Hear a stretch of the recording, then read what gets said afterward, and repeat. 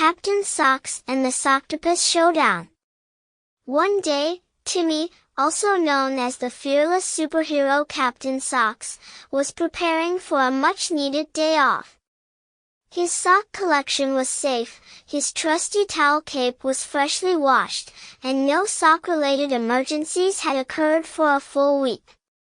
All seemed peaceful in the kingdom of mismatched footwear. But just as Timmy was about to settle into a cozy spot on the couch, his dog, Sparky, ran into the living room holding something strange in his mouth. It was a soggy, stretched-out sock, definitely not one of Timmy's. In fact, it was no ordinary sock at all. This sock had tentacles. Timmy's eyes widened. By the power of mismatched footwear. This is no regular sock. It's a Socktopus. Sparky wagged his tail, proudly showing off his weird new toy. Timmy leaned in closer. The sock was pulsating and wriggling like a creature straight out of the deep sea. Suddenly, it leapt out of Sparky's mouth and wiggled its way toward the laundry room.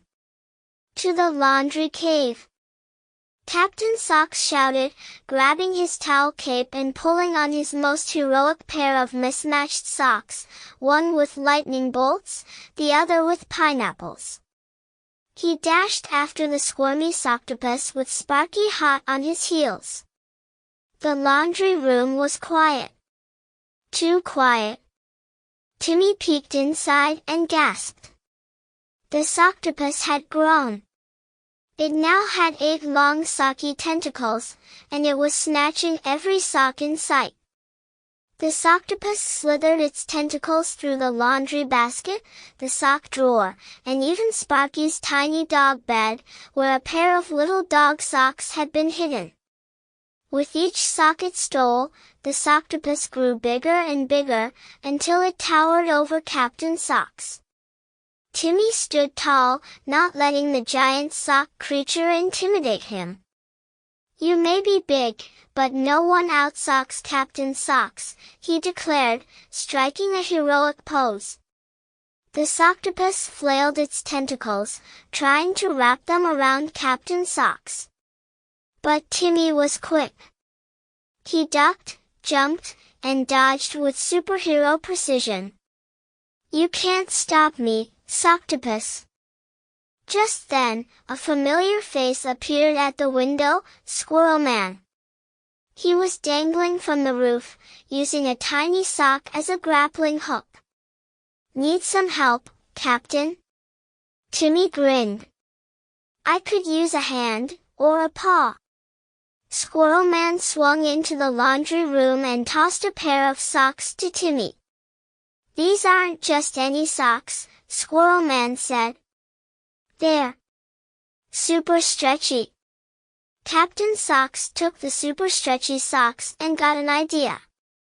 He flung the socks around 2 of the Socktopus's tentacles, tying them together in a knot. The Socktopus wobbled, confused by its new socky handcuffs.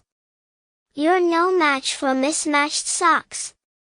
Captain Socks yelled triumphantly, looping more socks around the Socktopus's tentacles. Soon, the Socktopus was completely tangled up in a web of colorful socks. Sparky barked happily, as the Socktopus wriggled, trying to break free. But it was no use.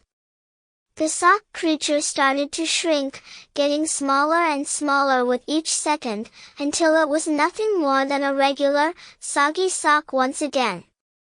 Captain Socks stood over the defeated Socktopus.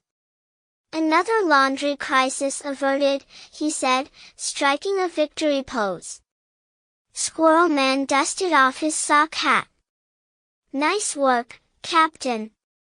Another win for the sock team. As Timmy returned the now limp sock to the laundry basket, he couldn't help but smile. "It's never just a normal day when socks are involved," he said, laughing.